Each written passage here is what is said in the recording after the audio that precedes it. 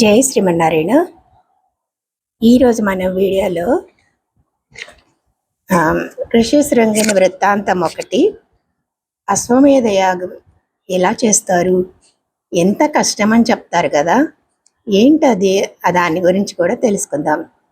క్రిందటిసారి మనం అయోధ్య గురించి, మంత్రుల గురించి, అలాగే పురోహితులు ఎలా ఉన్నారు, పాలకులు ఎలా ఉన్నారు, ప్రజలు ఎలా ఉన్నారు, ఇవన్నీ కూడా క్రిందటి ఎపిసోడ్లో తెలుసుకున్నాం కదా మనం, క్రిందటి వీడియోలో. సో ఈసారి మనం చాలా అద్భుతంగా వర్ణిస్తారు ఈ అశ్వమేధ యజ్ఞాన్ని. దాని గురించి ఈ రోజుల్లో ఎందుకు చేయడం లేదో కూడా అర్థమవుతుంది అన్నమాట. జై శ్రీమన్నారాయణ. ప్రార్థన చేద్దాం. ఆపదామపహర్తారం దాతారం సర్వసంపదాం లోకాభిరామం శ్రీరామం భూయో భూయో నమామ్యహం. కూజంతం రామ రామేతి మధురం మధురాక్షురం ఆరుహ్య కవితాశాఖం వందే వాల్మీకి కోకిలం. మనోజవం మారుతతుల్యవేగం జితేంద్రియం బుద్ధిమతాం వరిష్టం వాతాత్మజం వానరయూధముఖ్యం శ్రీరామదూతం శిరసా నమామి. కాశ్యపాన్వయ సంజాతం నారాయణ పదాశ్రితం శ్రీమన్నారాయణం వందే యతీశ్వర శ్రీయాజుషం. ఓమస్మద్గురుభ్యో నమః. జై శ్రీమన్నారాయణ. మనం ఏ కార్యం చేయాలన్నా మన ప్రయత్నం ఫలించాలి అంటే అది దైవానుగ్రహం ఉండాలి.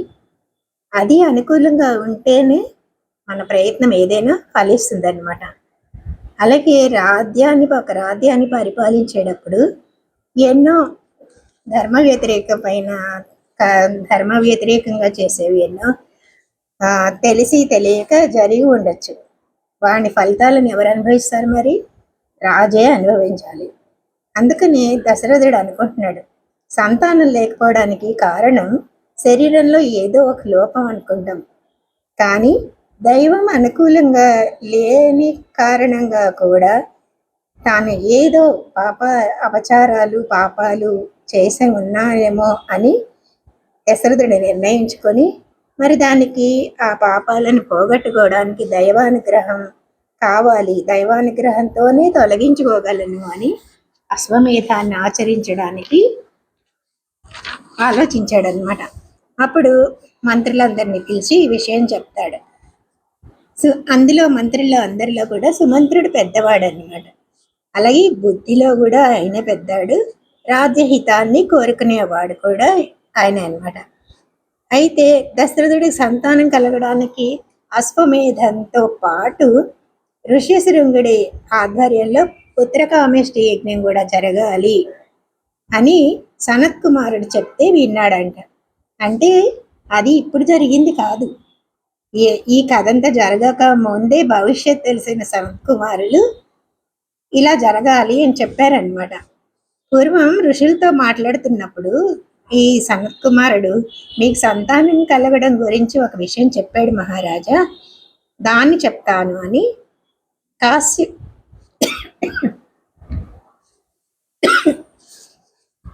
కాశ్యపుడికి విభాండకుడు అనే కుమారుడు ఉన్నాడు.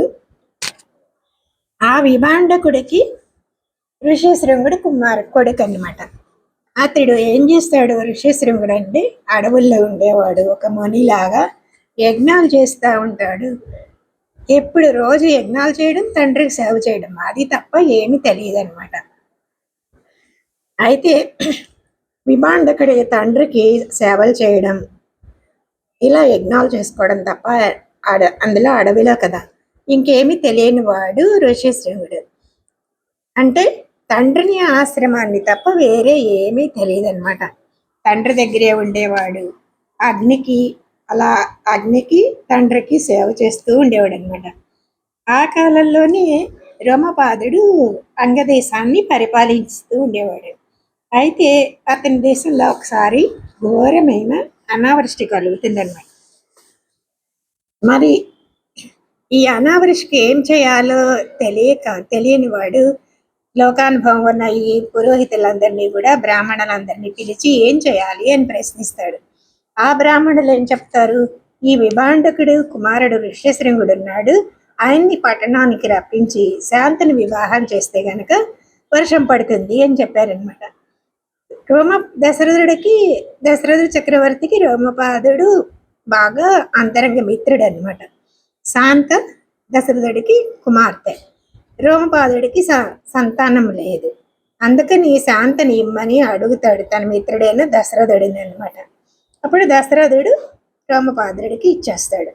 ఆమెని ఋష్యశృంగుడికి ఇచ్చి వివాహం చేస్తే గాని ఈ అనావృష్టి అనేది పోదు అని పురోహితులు చెప్తారనమాట. అది అయితే పురోహితుల్ని మంత్రుల్ని వెళ్ళి తీసుకురమ్మంటాడు. అంటే అది మాకు సాధ్యం కాదు అని చెప్తారు. అయితే ఋష్యశృంగుడు ఏం చేస్తాడు, ఎలాగైనా మరి పట్టణానికి రప్పించాలి కదా ఋష్యశృంగుడిని. అందుకని రోమపాదుడు దశరథుడికి కూడా అల్లుడే కదా ఆయన. అయితే కొంతమంది వేసులను పంపించి ఋష్యశృంగుడిని పట్టణానికి రప్పించాలి అని నిర్ణయించుకుంటాడు. ఎందుకంటే పురోహితులు ఎవరు వెళ్ళడానికి కూడా సాహసించలేదు ఆయన దగ్గరికి, ఏం శాపం ఇస్తాడో అని భయం అన్నమాట. అప్పుడు ఈ వేసులతో అడవికి పంపించి వేసులందరినీ ఈ ఋష్యశృంగుడిని తీసుకురావాల్సిందని పంపిస్తాడు. అయితే ఆ ఋష్యశృంగుడే దశరథుడికి కూడా అల్లుడు కనుక అతడి యజ్ఞాన్ని చేయించి దశరథుడికి సంతానం కలిగేట్టు చేస్తాడు అని సనత్ కుమారుడు చెప్తుంటే నేను విన్నాను మహారాజా అని ఈయన సుమంత్రుడు దశరథుడికి చెప్పాడనమాట. అప్పుడు ఋష్యశృంగుడేంటి అంత పెద్ద ముని కదా, ఆయన చిన్నప్పటి నుంచి ఎంత నిష్టగా ఉన్నాడు, ఆయన వేశ్యలతో ఎలా వచ్చాడు, వేశ్యలు ఋష్యశృంగుడిని ఎట్లా తెచ్చారు అంటే అప్పుడు సుమంత్రుడు ఈ ఋష్యశృంగుడి వృత్తాంతాన్ని చెప్పడం మొదలు పెడతాడు అనమాట. నిజంగా మనకి మన దృష్టిలో ఏంటంటే మనమైతే మహాపురుషులు ఇదేదో ధర్మానికి వ్యతిరేకంగా పనులు చేస్తున్నారు అని మనకి అనిపిస్తుంది. అది ఏంటి అంటే భారతంలో చూడండి, పరాశరుడేమో సత్యవతిని కలవడం ఏంటి, అలాగే వ్యాసుడేమో అంబాలికలతో కలవడం ఏంటి, అలాగే వ్యాసుల ఇవన్నీ మనకి ధర్మ విరుద్ధంగా అనిపిస్తాయి అన్నమాట. కానీ దానివల్లే కదా వ్యాసుల అవతారం భారత వంశానికి నాందైంది. అలాగే భాగవతంలో పరీక్షిత్తు ఒక ఋషి మెడలో చచ్చిన పాముని వేయడం అది కూడా మనకి కొంచెం ధర్మ విరుద్ధంగా కనిపిస్తుంది. కానీ అదే శుకుని ద్వారా పరీక్షిత్ భాగవతాన్ని విని లోకాన్ని తరింప చేయడానికి మూలమైంది కదా. అందుకనే భారతంలో కూడా చూడండి, భగవద్గీత, విష్ణు సహస్రనామాలు అనే 2 మహాగ్రంథాలు ఆవిర్భవించడానికి ఎవరి కారణం? వ్యాసుడి పుట్టికే కదా. పరీక్షిత్ వల్ల భాగవతం మనకు తెలిసింది. అలాగే ఈ వేశ్యలు ఋషిశృంగుని వశపరుచుకొని దేశానికి తేవడం కూడా ఇది కూడా ధర్మ విరుద్ధంగా అనిపిస్తుంది. కానీ ఋషిశృంగుడు లేకపోతే రామావతారమే లేదు. అంటే కొన్ని మహాపురుషుల కర్మలు ఎలా ఉంటాయంటే దానికి అర్థం మనం చెప్పలేం. అవి ఏవో మహాకార్యాలు సాధించడానికి ఇవి మూలమవుతూ ఉంటాయి అన్నమాట. అందుకని ఈ వేసులు ఋషిశృంగుడిని ఎలా తెచ్చారో చెప్పడం మొదలు పెడతాడు. ఈ మంత్రులందరూ కూడా ఏం చెప్తారు, ఋషిశృంగుడిని తీసుకురావడానికి వేసులను పంపడమే ఉత్తమమైన ఉపాయం అని చెప్పారు. ఋషిశృంగుడు ఏం చేస్తున్నాడు, అరణ్యంలో తిరుగుతా ఉన్నాడు, తపస్సు, స్వాధ్యాయం ఇవన్నీ చేస్తూ ఉంటే అసలు స్త్రీలనే తెలియదు ఆయనకి. స్త్రీలంటే ఎలా ఉంటారో తెలియదు. అలాగే ఈ మనం అనుభవించే విషయ సుఖాలు ఎలా ఉంటాయో తెలియదు. కానీ ఇంద్రియాలు ఉన్నాయి చూడండి, ఎవరినైనా సరే ఎవరి మనసునైనా కూడా చెల్లింపు చేస్తాయి కదా.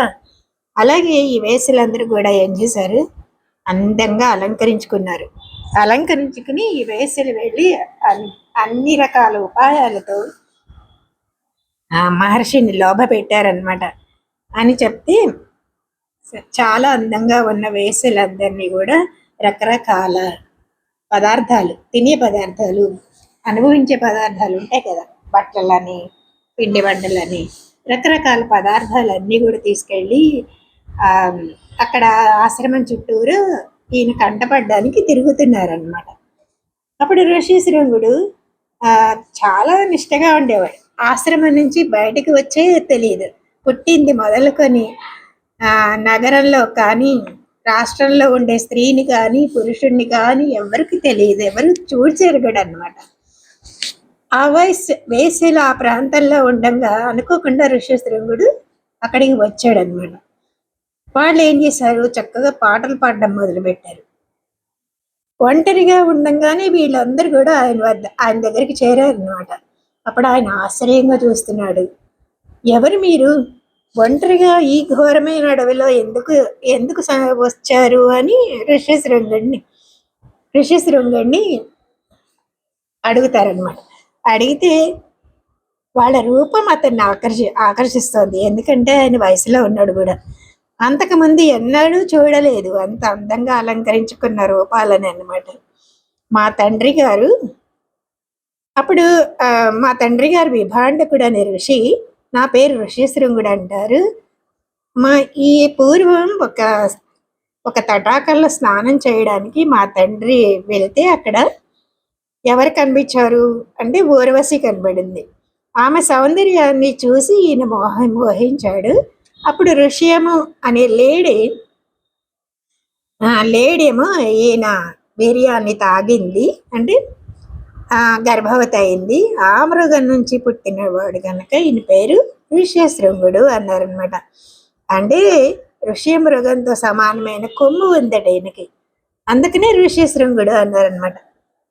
అక్కడే తపం చేస్తూ విభాండకుడు ఆశ్రమంలో పెరిగాడు. అక్కడే తపస్సు చేసుకుంటూ ఉండేవాడు అనమాట. ఈ అందుకని ఆకారం చూస్తేనే తెలిసిపోతుంది, ఎందుకంటే కొమ్ము ఉంది కదా ఆయనకి, ఋష్యశృంగుడు అని తెలిసిపోతుంది అనమాట. అతడు వేసల దగ్గరకు వచ్చి, ఇక్కడే మా దగ్గరే ఆశ్రమం ఉంది, మీరందరూ కూడా మా ఆశ్రమానికి రండి అని ఆహ్వానించాడు ఈ వేశ్యలందరినీ. అని అంటే వాళ్ళందరూ కూడా అసలు వేశ్య అంటే ఏంటో పదానికి అర్థం తెలియదానికి. చివరికి వాళ్ళని తన ఆశ్రమానికి పిలిచి ఫలాలని ఇవన్నీ కూడా ఇచ్చి గౌరవించాడనమాట. అయితే విభాండకుడు ఏమైనా వాళ్ళు చేసేదానికి కోపగించి శపిస్తాడేమో, భయపడి వెళ్ళిపోవాలి అని చెప్పి అనుకున్నారు వీళ్ళు. అందుకని వాళ్ళు తెచ్చిన పిండి వంటలనేమో అతనికి ఇచ్చారు. ఆలింగనం చేసుకోవడం, ముద్దులు ఇవ్వడం ఇలాంటివి కూడా చేశారనమాట. ఆయన తినేటట్టుగా చేశారు. అప్పుడు ఆయన సెలవు తీసుకుని ఇంకా మేము బయలుదేరుతామని చెప్పి వెంటనే వెళ్ళిపోయారు. అయితే ఆయనకేంటి ఇంకా మోహంలో పడ్డాడనమాట. ఇంతవరకు నేను ఇలాంటి పదార్థాలే తినలేదు, ఇలాంటి స్త్రీలని చూడలేదు, వాళ్ళ ఆలింగనాలని ఇవన్నీ కూడా గుర్తు తెచ్చుకుంటూ ఉంటాడు. మనస్సేమో చాంచల్యం అయిపోయింది. అయితే వారు వెళ్ళిన తర్వాత ఇంకా ఆయన వాళ్ళ గురించే ఆలోచిస్తున్నాడు. మనసంతా చెదిరిపోయిందన్నమాట. మర్నాడు ముందు వాళ్ళని ఎక్కడ చూశాడో మళ్ళీ అక్కడికి వెళ్ళాడు. వెళ్తే వాళ్ళు వస్తారని చూస్తున్నాడు. అంటే వీళ్ళు కూడా వేస్తులు కూడా ఆయన వస్తారు అని ఎదురు చూస్తున్నారు అనమాట. మేము మీ ఆశ్రమానికి వచ్చాం కదా, మీరు మా ఆశ్రమానికి మీరు రావాలి, అక్కడ మీకు మా పూజ చేయాలని ఉంది అని చాలా మనోహరంగా చెప్పారనమాట. వాళ్ళ మాటలకి వశపడిపోయాడు, వాళ్ళ రూపానికి వశపడిపోయాడు, వాళ్ళు పెట్టేదానికి ఆ పదార్థాలకి వశపడ్డాడు. అలా వాళ్ళ వెంట పట్టణానికి వచ్చాడనమాట. అలా పట్టణానికి వస్తూ ఉన్నాడు. కాలు పెట్టాడో లేదో పెద్ద వర్షం పడిందని. అప్పుడు రామపాదుడేమో వర్షంతో పాటు వచ్చిన ఈ ఋష్యశృంగుడిని చూసి చాలా ఆనందిస్తాడనమాట. అందుకని చాలా వినయంగా నమస్కరించి ఆయనకు కోపం లేకుండా శాంతింపజేస్తాడు. అప్పుడు తన కుమార్తెని శాంతనిచ్చి పెళ్లి చేస్తాడు. చేసి ఇంకా అంతఃపురంలోనే ఉండిపోయాడు అట్లా ఋష్యశృంగుడు అనమాట. అక్కడ ప్రశాంతంగానే ఉన్నాడు. ఇలా సుమంత్రుడు సనత్ కుమారుడు చెప్పిన తర్వాత చెప్పిన విషయం అంతా కూడా, ఈ కథ అంతా కూడా దశరథుడికి చెప్తున్నాడు అనమాట. అది కూడా ఆయన ప్రభావం వల్లే దశరథుడికి సంతానం కలుగుతుంది అని కూడా చెప్పి, ఇది నేను కృతయుగంలో విన్నాను, ఆయన వాక్యం చాలా సత్యం అవుతుంది, కాబట్టి మీరే స్వయంగా వెళ్ళి రోమపాదుడిని ఆహ్వానించండి, శాంతని భర్తని మన పట్టణానికి తీసుకురండి అని చెప్పాడు. స్వయంగా వెళ్ళి తీసుకురమ్మన్నాడు. ఈ సుమంత్రుడు చెప్పిన కథ విన్నాడు దశరథుడు. వీళ్ళందరితో, మంత్రులతో, పరివారంతో, రాణులతో కలిసి అక్కడికి వెళ్ళాడనమాట. రోమపాదుడు కూడా సత్కారం చేస్తాడు. ఋష్యశృంగుడిని ఏమో పరిచయం చేస్తాడు. అలాగే ఋష్యశృంగుడికి వాళ్ళ ఫ్రెండ్షిప్ని కూడా చెప్తాడనమాట. అలాగే దశరథుడు కూడా తను వచ్చిన కారణాన్ని చెప్పి శాంతితో పాటు ఋష్యశృంగుడిని కూడా తన పట్టణానికి పంపించమని ప్రార్థిస్తాడు. సరే ఒప్పుకున్నాడు అనమాట రోమపాదుడు. కాబట్టి పట్టణానికి వాడు రావడానికి ఋష్యశృంగుడు కూడా సమ్మతించాడు. దశరథుడు, రోమపాదుడు ఇంకా ఋష్యశృంగుడితో శాంత వీళ్ళందరూ వస్తున్నారని పట్టణానికి ముందుగా కబురు చేస్తారు. ఇంకేమంది, పట్టణం అంతా కూడా చక్కగా అలంకరించి మార్గాలన్నీ కూడా తడిపి అన్ని చోట్ల జెండాలు కట్టారు. అందరూ వస్తున్నారని సంతోషంతో ఇంకా ఎదురు వచ్చి వాళ్ళని ఆహ్వానించారనమాట. అందరు ప్రజలందరూ కూడా. కొంతకాలం గడిచింది. వసంత ఋతువులో దశరథుడు యజ్ఞం చేయాలి అని సంకల్పించాడు. అయితే అశ్వమేధం చేస్తే బ్రహ్మహత్య లాంటి పాపాలు కూడా తొలుగుతాయి అని శాస్త్రం చెప్తుందంట. అందుకని దానికి సంతానం కలగపోవడానికి, పుత్రులు కలగకపోవడానికి, కూతురు ఉంది కదా, పుత్రులు కలగకపోవడానికి తన పాపమే కారణము అని చెప్పి అశ్వమేధాన్ని చేస్తే గాని ఆ పాపం పోదు అని ఈ యజ్ఞాన్ని చేస్తామని సంకల్పించాడు.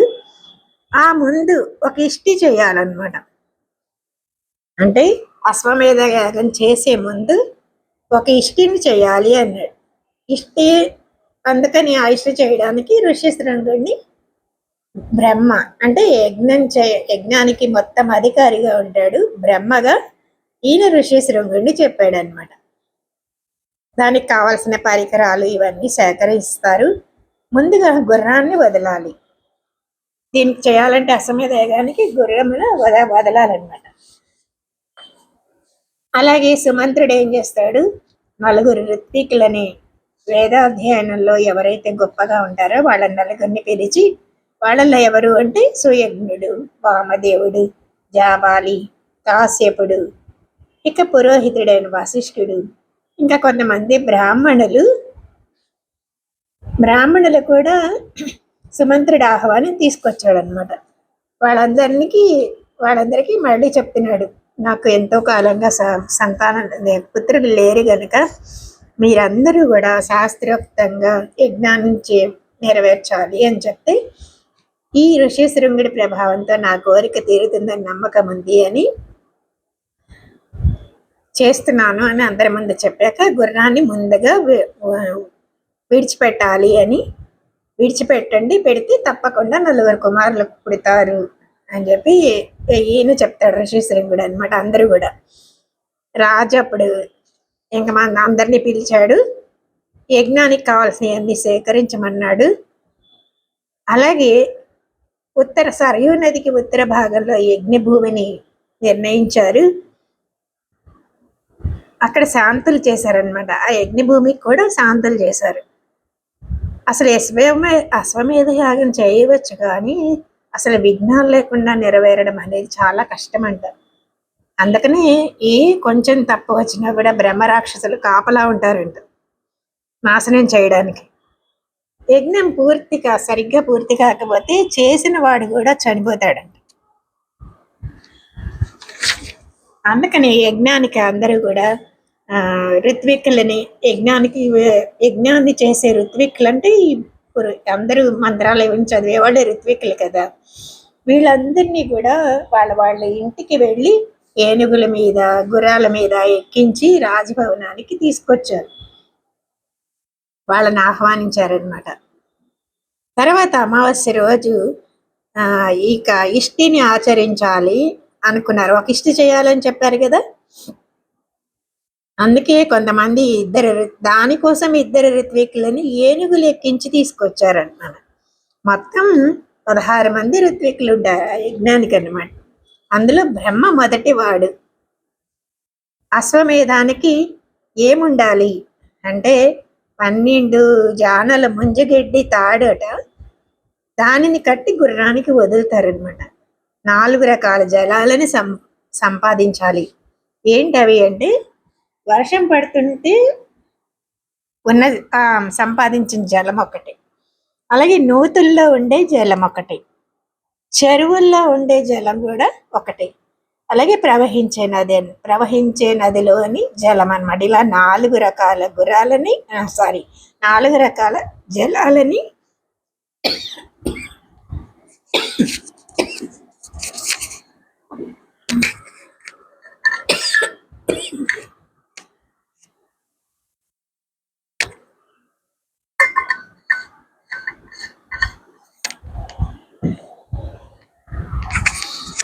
తీసుకుని వచ్చారు. గుర్రాన్ని వదిలినప్పుడు దాంతోపాటు 400 మంది రక్షకులు కూడా వెళ్ళాలి. 4 ఋత్వికులు, మళ్ళీ దాంతోపాటు గుర్రంతోనే 4 ఋత్వికులు ఒక్కొక్కళ్ళు 100 రాజకుమారులతో గుర్రం వెనకాలంటే గుర్రాన్ని కాపాడడానికి వెళ్తూ ఉండాలన్నమాట. ఇలా గుర్రాన్ని వదిలిన తర్వాత 2వ సంవత్సరం, ఈ సంవత్సరం పాటు గుర్రం తిరుగుతూ ఉంటుందన్నమాట.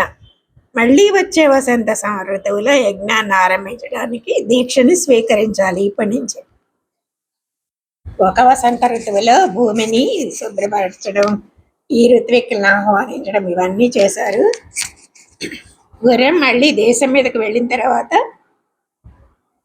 మళ్ళీ వసంత ఋతువులు అంటే సంవత్సరం పాడనమాట. అప్పుడు మళ్ళీ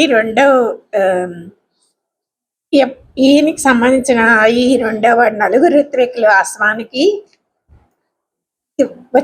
తిరిగి వచ్చిన తర్వాత వాళ్ళు సేకరించిన ఈ జలాలతో స్నానం చేయిస్తారు, ప్రోక్షణ చేస్తారు, తర్వాత విడిచిపెడతారు. గుర్రాన్ని వదిలిన తర్వాత మళ్ళీ వసంతం నాటికి గుర్రం తిరిగి వస్తుంది అనమాట.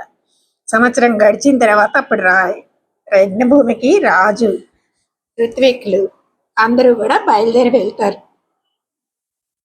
మొదటి వసంతంలో యజ్ఞం ప్రారంభం, 2వ వసంత ప్రారంభం ముందు దేవయజనం అని భూమిని చేరడం అనేది ఒక యజ్ఞం, అదొకటి అనమాట. ఇలా అశ్వమేధం పూర్తయ్యే వరకు కూడా యజమానిగా ఉన్నవాడు స్వతంత్రంగా ఇంకేమి చేయకూడదు. ఎవరు చేయాలి? అధర్వుడు అంటారు. అందులో ఆయనే ఏర్పాట్లన్నీ చేస్తాడు. ఆయన ఎవరు అంటే వశిష్ఠుడిని అధ్వర్వుగా ఎన్నుకున్నారనమాట, తీసుకున్నారు. ఆయన్ని ముందు నమస్కరించి ఆయనకి పూజించి వినయంతో మీరే యజ్ఞాన్ని నిర్విఘ్నంగా జరపండి, నాకు సంతానం కలిగేటట్టు అనుగ్రహించండి అని ప్రార్థించాడు మన దశరథ మహారాజు అనమాట. మా పురోహితులందరూ శ్రేష్ఠుల్లో ఎవరు అంటే వశిష్ఠుడే. అలాగే ఆయన గురువులు కూడా ఈ యజ్ఞ భారాన్నంతా మీరే వహించండి అని ప్రార్థించాడు. ఆ తర్వాత ఏం చేశారు? యజ్ఞభూమిని చేరిన తర్వాత వడ్రంగుల్ని, శిల్పుల్ని, అలాగే తవ్వే వాళ్ళని, అలాగే నటులని, నర్తకులని, నాటకాలన్నీ వేస్తుంటారు కదా జరిగినంతసేపు. అందుకే ఇవన్నీ శాస్త్రవేత్తల్ని, చదువుకున్న వాళ్ళని అందరినీ పిలిచి ఆయా పనులన్నీ అప్పగించారనమాట. అలాగే కొన్ని వేల ఇటుకలను తీసుకొచ్చి చేయించారు గట్టి అనమాట. అలాగే వచ్చిన వాళ్ళ రాజకుటుంబాలన్నీ వస్తాయి కదా, వాళ్ళకి విడుదలన్నీ నిర్మింపజేశారు. బ్రాహ్మణులందరికీ వాళ్ళ ఆచారాలకు తగ్గట్టుగా వాళ్ళకి వసతులను చేశారు. అన్ని భవనాల్లో వారికి తగినట్లుగా వారేం తింటారు ఆహార పదార్థాలని అన్నీ కూడా వాళ్ళ అవసరాలు అనుసరించి ఏర్పాటు చేస్తున్నారు. అలాగే వచ్చిన మరి పురజనులు ఉంటారు కదా, ప్రజలందరూ, వాళ్ళందరికీ విశాలంగా ఉండే విడుదలని కూడా చేశారు.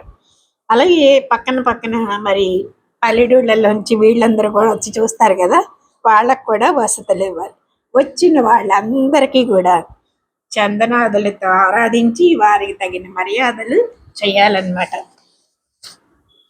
ఎవరిని కూడా వీడు నా ఫ్రెండ్ అని ఎక్కువ కానీ లేకపోతే ద్వేషం కానీ ఎవరిని కూడా ఎవరిని కూడా అనాదరం చేయకూడదు అని.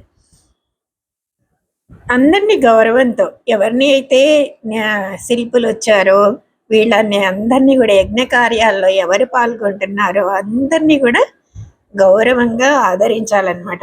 ఎవరి మర్యాదకి తగినట్లు వాళ్ళకి భోజనం ధనాన్ని అర్పించి తృప్తి కలిగించాలి. వాళ్ళకి అన్నీ చక్కగా జరగాలి, అందరూ సంతృప్తి చెందాలి, ఏ లోపము రాకూడదు. అందరూ ప్రేమతో నిండిన మనసుతో చూడాలి, అన్ని పనులు చాలా శ్రద్ధగా చేయాలి. ఇలా వశిష్ఠుడు ఆజ్ఞాపిస్తుంటే అందరూ కూడా వాళ్ళ వాళ్ళ పనులని చేస్తున్నారు. వశిష్ఠుడు సుమంత్రుడిని పిలిచి ఈ భూమండలంలో రాజులు ఎంతమంది ఉన్నారో అందరినీ ఆహ్వానించమని చెప్పాడు. ఇంకా బ్రాహ్మణులు, క్షత్రియులు, వైశ్యులు, శూద్రులు అందరినీ కూడా దేశ నలుమూలల నుండి తీసుకురావాలి అన్నారు. ప్రధానంగా మిథిలాధిపతి జనకుణ్ణి ఆహ్వానించాలి అన్నాడు. అతడు ఎందుకు అంటే జనక మహారాజు అంటే సర్వశాస్త్రాల్లో సకల వేదాల్లో కూడా చాలా నిష్ణాతుడు అనమాట. సుమంత అతను ఎవరో కాదు, అతని పూర్వ సంబంధం కూడా ఉంది మనకి. నువ్వే స్వయంగా వెళ్ళి ఆ జనక మహారాజుని తీసుకురావాలి అని చెప్పి పంపించాడు. అలాగే మా రాజుగారి మిత్రుడు కాశీరాజు ఉన్నాడు, ఆయన కూడా తీసుకురావాలి. అలాగే మన చక్రవర్తి గారికి మామగారు ఉన్నారు కదా కేకేయ రాజు, వాళ్ళ కుమారుని పర్సనల్గా వెళ్ళి పిలుస్తారు కదా, పిలవాలి అన్నారు. అలాగే రోమపాదుడిని కూడా వెంటబెట్టి తీసుకురావాలి. అంతేకాదు సింధు దేశం అని సావీర దేశం అని రాజులందరినీ కూడా ఆహ్వానించాలి. అసలు ఈ భూమండలంలో రాజుగారి మీద ఇష్టం ఉన్న వాళ్ళు ఎవరో చాలా మంది రాజులు ఉన్నారు. వాళ్ళందరినీ సపరివారంగా బంధువులతో కూడా రావాల్సిందే అని ఆహ్వానించాలి అని వశిష్ఠుడు ఆజ్ఞాపిస్తే సుమంత్రుడు ఆ రాజులను తీసుకురావడానికి స్వయంగా తనే వెళ్ళాడనమాట. అలాగే వశిష్ఠుడు అందరితో చెప్తున్నాడు, ఆయనే కదా అన్ని కార్యాలు చేయగలిగినవాడు. ఎవరికి ఏమి ఇచ్చినా శ్రద్ధ లేకుండా ఇస్తే ఇచ్చిన వాడు నశిస్తాడు. యజ్ఞంలో అందరినీ సరిగ్గా గౌరవంతో చూడాలి. ఎవరికి ఏ విధమైన అవమానం జరిగినా కూడా అది యజ్ఞంలో లోపంగా భావించబడుతుంది, లోపం అవుతుందన్నమాట. తర్వాత కొద్ది రోజుల్లో అందరు రాజులు వచ్చారు. మహారాజుకి రకరకాల కానుకలు కూడా ఇచ్చారనమాట. వశిష్ఠుడు రాస్తా అంటున్నాడు, రాజులందరూ నీ ఆజ్ఞానుసారం వచ్చారు, వచ్చిన వాళ్ళందరికీ సత్కారాలు కూడా చేశారు. దానికి ఎంతమందినో నియమించారు. ఒక్కొక్క రాజుకి సత్కారం చేయడానికి ఒక్కొక్కళ్ళని ఎంతోమందిని నియమించారనమాట. యజ్ఞభూమి కూడా ఇంకా మీరు యజ్ఞభూమికి రండి అంటే యజ్ఞభూమి సరియు నదికి ఉత్తర తీరంలో ఏర్పాటు చేశారు కదా, అక్కడికి రమ్మని చెప్పి, అది కూడా ఎలా ఉంది అంటే యజ్ఞభూమి కూడా అసలు ఊహించడానికే వీలు కానంత అందంగా నిర్మించబడిందట. మీరు దాన్ని దర్శించండి అని వశిష్ఠుడు చెప్తే, అప్పుడు వశిష్ఠుడు ఋష్యశృంగుడు అనుమతితో శుభ నక్షత్రం చూసుకొని శుభదినాన తన భవనం నుండి యజ్ఞశాలకి దశరథ చక్రవర్తి బయలుదేరి వెళ్ళాడనమాట. ఇంకా బ్రాహ్మణులు స్వస్తి వచనం పలుకుతూ ఉంటే యథాశాస్త్రంగా వశిష్ఠుల్ని ఋష్యశృంగుడిని ముందుంచుకొని యజ్ఞ వాటికలోకి ప్రవేశించారు. యథాశాస్త్రంగా ఇంకా ఋత్వికులందరూ కూడా వాళ్ళ పనులను చేయడం మొదలుపెట్టారు. సంవత్సరం ముందు మరి అశ్వాన్ని వదిలిపెట్టారు కదా, ఇప్పుడు ఆ అశ్వం ఏమో నిర్బంధం లేకుండా స్వేచ్ఛగా తిరుగుతుంది, ఎవరో ఆపట్లేదు, ఆపేవాళ్ళు లేరు. అందరూ కూడా అందరు తిరిగి వచ్చిందనమాట. 400 మంది మరి వీళ్ళందరూ రక్షింపబడుతుంది కదా, తర్వాత తిరిగి వచ్చింది.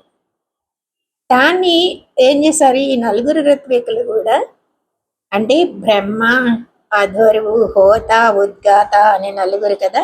వాళ్ళ నలుగురు ఈ ఋత్వికులు కూడా ఈ అశ్వాన్ని రథాకారంగా ఉన్న గృహానికి చేర్చారండి. అక్కడ దాన్ని బంధించారు. రథాకారంలో ఒకటి చేశారు, దానిలో దీన్ని బంధించారు. దాని 4 పాదాల దగ్గర కూడా ఆహుతులతో హోమం చేశారనమాట. ఈ వెంకట్ చైత్ర మాసంలో యజ్ఞానికి సంకల్పించారు, అశ్వాన్ని వదిలారు. 11 నెలలు గడిచిన తర్వాత దాన్ని తీసుకొచ్చి అశ్వత్థ వృక్షానికి బంధించారనమాట. ఇంకా యజ్ఞశాల నిర్మాణం అది ఎంత అయిపోయింది. ఇంకా తర్వాత రాజు యజ్ఞశాలలో ప్రవేశించాడు, యజ్ఞం ప్రారంభించారు. ఋషిశృంగుడు ప్రధాన ఋత్విక్ అంటే బ్రహ్మగా ఉన్నాడు. ఇలా జరుగుతుందన్నమాట. ఇలా బ్రాహ్మణులందరూ అశ్వమేధ యాగంలో చేయాల్సిన హోమాలన్నిటిని కూడా శాస్త్రానుసారంగా పొరపాటు లేకుండా నెరవేర్చారు. ఆ రోజుల్లో అన్నదానం బాగా సమృద్ధిగా జరిగేదండి. అంటే అక్కడ ఆ రోజు యజ్ఞం జరిగినంతసేపు కూడా అలసిపోయిన వాళ్ళు లేరు, ఆకలి ఉన్న వాళ్ళు లేరు, ఎక్కడ కనిపించలేదు. అలాగే శాస్త్రవేత్త, వేదవేత్త కానీ బ్రాహ్మణులు కానీ ఒక్కొక్కరికి 100 మంది శిష్యులు వెనక ఉండి వాళ్ళకి సపర్యలు చేస్తూ ఉన్నారనమాట. ఆ బ్రాహ్మణులు కూడా ఎంతో శ్రద్ధతో యజ్ఞభూమిలో వాళ్ళ కార్యాలను చేస్తున్నారు. బ్రాహ్మణులను మాత్రమే భోజనం చేయడం కానీ వాళ్ళకి దాస్యం చేసే వాళ్ళు కూడా ఏ లోపం లేకుండా భుజిస్తున్నారనమాట. ఇక వృద్ధులని, రోగులని, స్త్రీలని అందరికీ కూడా వాళ్ళకి కావలసిన ఆహారాన్ని ఏర్పాటు చేశారు. అసలు పదార్థాల రుచులు కానీ, పెట్టేవారు చూసే హాస్పిటాలిటీ అంటారు కదా, ఆదరంతో కానీ, భుజించే వాళ్ళు కానీ ఎంత సంతుష్టితో భుజిస్తున్నారు. ఎంత మందికి పెట్టినా కూడా పెట్టే వాళ్ళకి విసుగలేదు, చాలు అనిపించట్లేదు. అన్నం పెట్టండి, వస్త్రాలను ఇవ్వండి అని ఇస్తూనే ఉన్నారనమాట. మరి అందరికి వేల కొలది పరిచారకులకు కూడా అందరికి అన్నాన్ని, వస్త్రాలని ఇస్తూ ఎలా ఇస్తూనే ఉన్నారు. యజ్ఞాలు జరిగిన చెప్పంటే పర్వత రాసుల్లాగా ఉన్నాయంట అక్కడ అన్నరాశులు. యజ్ఞం జరిగినంత కాలం 4 రకాలైన ఆహార పదార్థాలు అక్కడ రాసులుగా కనిపిస్తున్నాయి. 4 రకాల ఆహార పదార్థాలు అంటే మనకు తెలుసు కదా, భక్ష్యాలు, భోజ్యాలు, లేహ్యాలు, చోష్యాలు అని. ఈ అన్ని రకాల పదార్థాలు రాసులుగా కనిపిస్తున్నాయి అన్నమాట. ఆహార పదార్థాలను తింటున్నారు, వాళ్ళ రుచులని రకరకాలుగా వర్ణించుకుంటున్నారు వీళ్ళందరూ కూడా. ఏమి మర్యాద, మేము చాలా సంతృష్టి చేశాము, చక్రవర్తికి మంగళమగు కాక అని ఆశీర్వచనాలు ఇస్తున్నారు. వడ్డం చేసేవాళ్ళు ఎలా ఉన్నారు? మణులతో కుండలాలను ధరించి అలంకరించుకొని మంచి వస్త్రాలను ధరించి వడ్డం చేస్తున్నారండి. వడ్డనిది ఎంత అందంగా అంటే ఒక వాళ్ళకి నియమించిన ఒక పనిగా భావించి బ్రాహ్మణులందరూ చేస్తున్నారు అనమాట. అక్కడ చేరిన బ్రాహ్మణుల్లో వేదములను అధ్యయనం చేయగలిగిన వాళ్ళే కానీ ఎవరికి రాని వాళ్ళు లేరు, కానీ వాళ్ళు లేరు అనమాట. ఈ విధంగా మహావిద్వాంసులందరూ యజ్ఞంలో ఉన్నారు.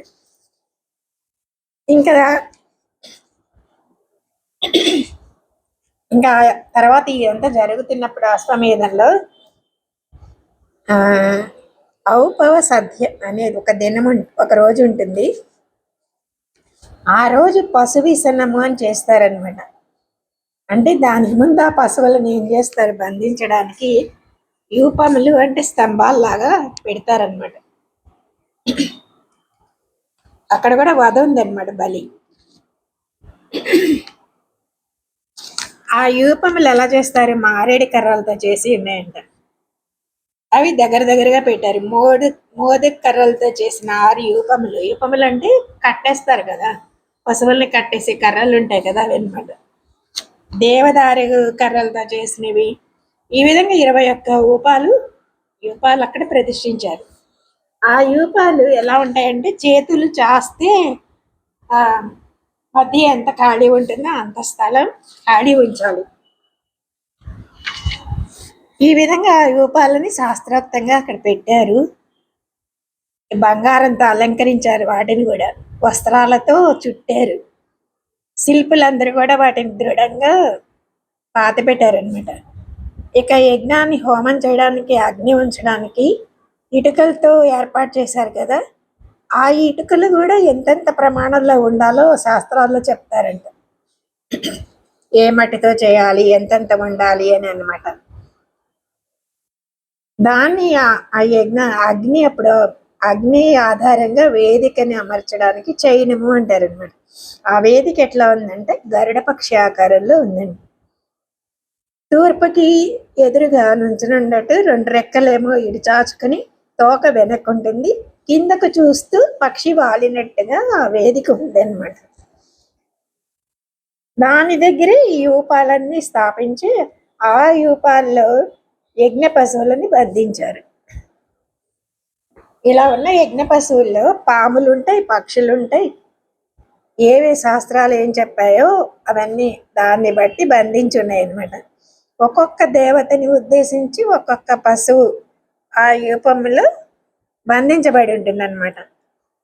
ఈ 21 యూపాల్లో కూడా అశ్వం గాక 300 యజ్ఞ పశువులు బంధించబడి ఉన్నాయంట.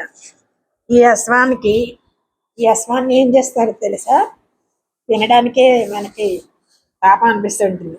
ఈ అశ్వానికి కౌసల్య మహిషి అంటే అంటారనమాట. ఆమెని కౌసల్య పూజ చేసి 3 కత్తులతో విషసనము అంటారంటే 3 కత్తులతో ఖండాలుగా ఖండిస్తుంది అనమాట. అంటే ఇలా ధర్మంలో శాస్త్రంలో శాస్త్రోక్తంగా ఈ కర్మ చేయడం వల్ల పాపాలు పోతాయి, శ్రేయస్సుని కలుగుతుంది అనే విశ్వాసంతో ఆనందంగా చేస్తారనమాట. ఆ రాత్రి ఇంకా అలా ఖండించిన తర్వాత చాలా ధైర్యంగా చనిపోయిన అశ్వంతో, అది శవం అనే భావన కూడా లేకుండా, మనసులో ఏవగింపు లేకుండా ఒక దేవత ప్రసాదంగా భావించి ఒక రాత్రంతా ఆ గుర్రంతో కలిసి పట్టపురాణి నిద్రించాలట. అర్థమైందండి?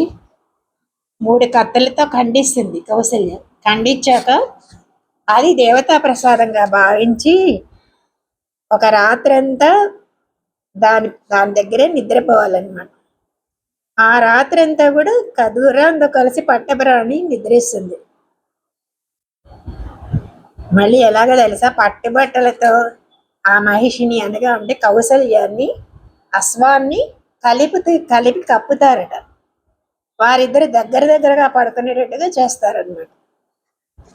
ఎలా అంటే ఒక ప్రియుణ్ణి కౌగలించుకున్నట్లుగా ఆ గుర్రాన్ని, చనిపోయిన ఆ శవాన్ని అంటే గుర్రపు శవాన్ని, అశ్వ శవాన్ని హస్తంతో కౌగలించుకున్నట్లుగా అంత దగ్గరగా పెట్టి దాని మీద వాళ్ళిద్దరి మీద పట్టు వస్త్రం కలిపి ఉంచుతారంట.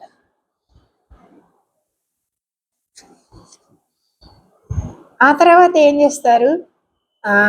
దశరథుడు ఆ పని చేసినందుకు ఆ నలుగురికి కూడా అంటే దక్షిణగా తన రాణుల్లో మహిషిని బ్రహ్మకిస్తాడంట. అది మళ్ళీ దక్షిణగా ఇచ్చేస్తాడు. ఇచ్చేసాక మళ్ళీ ద్రవ్యం ఇచ్చి రాజు మళ్ళీ తన స్త్రీలని వెనక్కి తీసుకుంటాడనమాట. దానం ఇచ్చినట్టుగా ఇచ్చి మళ్ళీ వాళ్ళకి దక్షిణ ఇచ్చి మళ్ళీ వెనక్కి తీసుకుంటాడనమాట. రాజుతో పట్టాభిషేకం అందిన ఆ రాణిని మహిషి అంటారనమాట. ఇలా రాజు తను అనుభవించిన స్త్రీలని వాళ్ళకి దక్షిణగా ఇచ్చి మళ్ళీ వారిని దానం ఇచ్చి స్వీకరిస్తాడు. ఒక మాంసఖండాన్ని తీసి శాస్త్రోక్తంగా ఆ యజ్ఞంలో పక్వం చేస్తారంట, అంటే వండుతారు. ఆ తర్వాత మేధఖండం అంటే గుర్రానికి మెదడు భాగం ఉంటుంది కదా, దాన్ని హోమం చేస్తారు.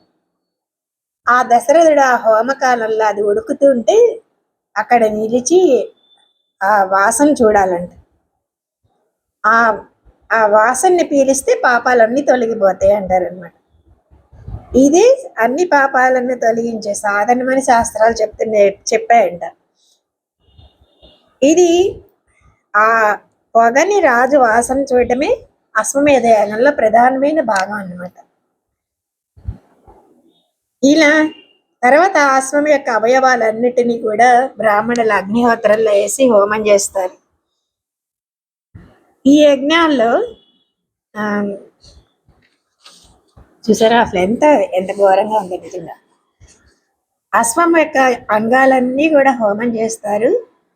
ఆ ధూమం వాసన చూడటమే పాపహరమని శాస్త్రంతో యజ్ఞమంతా శాస్త్రోక్తంగా సమాప్తం చేశారనమాట. పూర్తయిన తర్వాత దశరథ చక్రవర్తి ఏం చేస్తాడు, తూర్పు దిక్కును కోతకిచ్చాడు. అంటే తన రాజ్యంలో తూర్పు దిక్కు భాగం అంతా కూడా ఎవరు చేశారు వాళ్ళకి దానంగా ఇచ్చాడు. పడమటి దిక్కుని అధర్వుకి అని ఆయనకి ఇచ్చాడు, అంటే వశిష్ఠుడికి.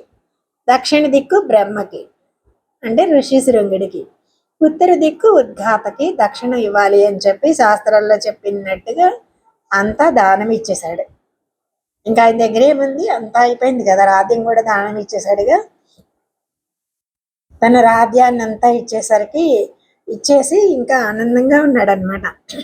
అప్పుడు ఋత్వికులు అందరూ కూడా రాజుని చేరి, ఈ భూమండలం అంతా రక్షించడానికి మా వల్ల ఎక్కడవుతుంది, నువ్వే రక్షించడానికి తగిన వాడి, మాకు భూమి అవసరం లేదు, మేము పాలించడానికి అంత సమర్థత కూడా లేదు మాకు, వేదాలను అధ్యయనం చేయడమే మా కర్తవ్యం, కాబట్టి కొంత మూల్యాన్ని ఇచ్చి ఆ రాజ్యాన్ని నువ్వే స్వీకరించు, మణులు కానీ బంగారం కానీ గోవులు కానీ ఏదో ఒకటి మాకు దక్షిణగా ఇచ్చి భూమిని నువ్వే స్వీకరించు అని మళ్ళీ రాజ్యాన్ని తిరిగి ఇచ్చేశారనమాట. అప్పుడు దశరథ చక్రవర్తి ఏం చేశాడు, 100 లక్షల గోవుల్ని, 10 కోట్ల బంగారు నాణాలని, 40 కోట్ల వెండి నాణాలని వాళ్ళకి దక్షిణగా ఇచ్చి తన రాజ్యాన్ని మళ్ళీ స్వీకరించాడు అనమాట. ఇక ఋత్వికులందరూ కూడా ఇచ్చిన దక్షిణని ఋషిశృంగునికి వశిష్ఠునికి ఇచ్చారు. వాళ్ళు వెళ్ళిపోయారనమాట. యజ్ఞాన్ని చూడటానికి వచ్చిన బ్రాహ్మణులకు కూడా 1 కోటి బంగారు నాణాలు దశరథ చక్రవర్తి సమర్పించాడంట. ఒక బ్రాహ్మణుడు వచ్చి తన చేతి ఆభరణాన్ని కూడా కోరుకున్నాడట. తన చేతి ఆభరణాన్ని కూడా ఆయనకి ఇచ్చేసాడనమాట. ఈ విధంగా యజ్ఞం అంతా సమాప్తం అయిపోయింది అని ఆనందంతో బ్రాహ్మణులందరికీ నమస్కరించారు దశరథ చక్రవర్తి అనమాట. వాళ్ళందరూ ఆశీస్సులను ఇచ్చారు. ఇది ఎందుకు అంటే సామాన్యమైన రాజులు ఎవరు చేయలేని చాలా కష్టమైన యజ్ఞం అన్నమాట. ఇది ఈ యజ్ఞం అంటే అశ్వమేధ యాగమే, కానీ పాపాలనన్నీ తొలగిస్తుంది, స్వర్గాన్ని పొందిస్తుంది అని ఆ యజ్ఞం పూర్తయిన తర్వాత దశరథుడు ఋషిశృంగుడికి నమస్కరించి, ఇక మా వంశం వృద్ధి పొందడానికి మీరు ఒక యజ్ఞాన్ని ఆచరింపచేయండి అంటే, అలాగే చేయిస్తాను, నీకు తప్పకుండా 4 కుమారులు కలుగుతారు అని చెప్పాడనమాట. అంటే ఈ అశ్వమేధ యజ్ఞం అయిపోయిన తర్వాత సంతానం కలగడానికి ఒక ఇష్టి అనే ఒక యాగాన్ని అథర్వవేదంలో చెప్పిందంటే దాన్ని చేయాలి అని చెప్పి సంతానం కోసం ఒక ఇష్టిని ప్రారంభం చేశారనమాట. శాస్త్ర విధానంగా హోమం అంతా జరుగుతుంది. దేవతలందరూ కూడా వాళ్ళ భాగాలని స్వీకరించడానికి ఆ యజ్ఞ సదస్సులో చేరి ఉన్నారనమాట. వచ్చారు గంధర్వులు, సిద్ధులు, ఋషులు కూడా అందరూ వచ్చారు. అప్పుడు దేవతలందరూ కూడా అందరూ వచ్చారు కదా కిందకి. వాళ్ళల్లో బ్రహ్మదేవుడు ఉన్నాడు. బ్రహ్మతో వీళ్ళందరూ వచ్చిన దేవతలు, గంధర్వులు, సిద్ధులు, ఋషులు అందరూ ఉన్నారు కదా. వాళ్ళందరూ చెప్తున్నారు, ఎవరిని సృష్టికర్త అయిన బ్రహ్మతో చెప్తున్నారు, మీ అనుగ్రహంతో మదించిన రావణాసురుడు అన్నాడు. అంటే బ్రహ్మకి రావణాసురుడే కదా వరం ఇచ్చాడు, మమ్మల్ని అందరినీ బాధిస్తున్నాడు, మేమెవరం కూడా ఎదిరించడానికి సమర్థులం కాకున్నాము, ఎవరి చేత మరణం లేకుండా మీరేమో వరాన్ని ఇచ్చారు, మీ వరాన్ని గౌరవించడానికే మేము బాధలనన్నీ సహిస్తున్నాము, అంతేకాదు 3 లోకాల్లో ఉన్న ప్రజలని, రాజులని, ఇంద్రుణ్ణి కూడా భ్రష్టుని చేయడానికి, అంటే స్థానం నుంచి భ్రష్టులను చేయడానికి వస్తున్నాడు, ఋషులు, యక్షులు, గంధర్వులు, అసురులు, బ్రాహ్మణులని కూడా ఈ దానంతో మీరిచ్చిన వరంతో మదించిన రావణాసురుడు పీడిస్తున్నాడు. ఇంకా పర్వత సంచారం చేస్తుంటే ఆయన విలాసంగా సూర్యుడు తన కిరణాలను తగ్గించుకుని అతన్ని అనుసరించాల్సి వస్తుందట. అలాగే వాళ్ళ ఉద్యానవనాల్లో పుష్పాలు రాలిపోకుండా వాయువు కూడా మెల్లమెల్లగా మెల్లమెల్లగా రావాల్సి వస్తుందట. సముద్రం కూడా భయపడి కదలడం మానేశాడని. అందుకని ఆయన వధకి మీరే ఏదైనా ఉపాయం చెప్పాలి అని ప్రార్థిస్తే దేవతలందరూ ప్రార్థించారు. బ్రహ్మ ఆలోచించి చెప్తున్నాడు, వీడి వధకి, ఈ దుర్మార్గుడి వధకి ఉపాయం చెప్తాను. ఇతడు గంధర్వుల వల్ల కానీ, యక్షుల వల్ల కానీ, దేవతల వల్ల కానీ, రాక్షసుల వల్ల కానీ మరణం లేకుండా వరాన్ని కోరుకున్నాడు. కానీ మనిషి అని చెప్పడానికి చిన్నతనం వచ్చిందంట అది. అందుకని మనుషుల వలన చావు లేకుండా వరం కోరలేదు. అందువల్ల అతని మనిషి వల్లే మరణం జరగాలి, ఇంకా వేరే ఒక ఉపాయం లేదు అని చెప్పగానే చిన్న అవకాశం దొరికింది కదా అని అందరూ కూడా సంతోషించారనమాట. ఇలా సంతోషించి రావణుడు అంటే ఎవరు అంటే, రావణాసురుడు అంటే 10 ఇంద్రియాలు ముఖంగా గల మన మనసు అంటారనమాట. మన శరీరమే ఒక లంక అంటారు. ఈ మనసు ఒకప్పుడు సత్వగుణం ప్రధానంగా ఉండి సాత్వికంగా ఉంటుంది. మళ్ళీ ఒక్కొక్కప్పుడు రజోగుణంతో రాజసంగా ఉంటుంది. తమోగుణం ఉన్నప్పుడు తామసంగాను పనిచేస్తూ ఉంటుంది మన మనసు అనేది. అసలు మానవ జీవితంలో సుఖానికైనా, దుఃఖానికైనా, బంధానికైనా, మోక్షానికైనా కారణమైంది ఏది? మనసే. కాబట్టి నేను అనే ఆత్మ భగవంతుడికే చెంది భగవంతుడి కొరకే ప్రవర్తించాలి కదా. ఇది ఆత్మ అంటే ఏంటి? భగవంతుడికి ఒక అంశ మనలో ఉండేది. అనగా ఈ ఆత్మని సీతమ్మగా నిరూపించారు ఈ రామాయణంలో అనమాట. సీతమ్మ ఎవరు? రాముని భార్య. అనగా రాముడికి చెంది రాముడి కోసమే ప్రవర్తించేది సీత అనమాట. ఈ 3 సంబంధాలు అగ్ని సాక్షిగా వివాహమైన స్త్రీకి భర్తతో ఏర్పడతాయి అన్నమాట. సో ఇలా చెప్తూ తర్వాత మనకి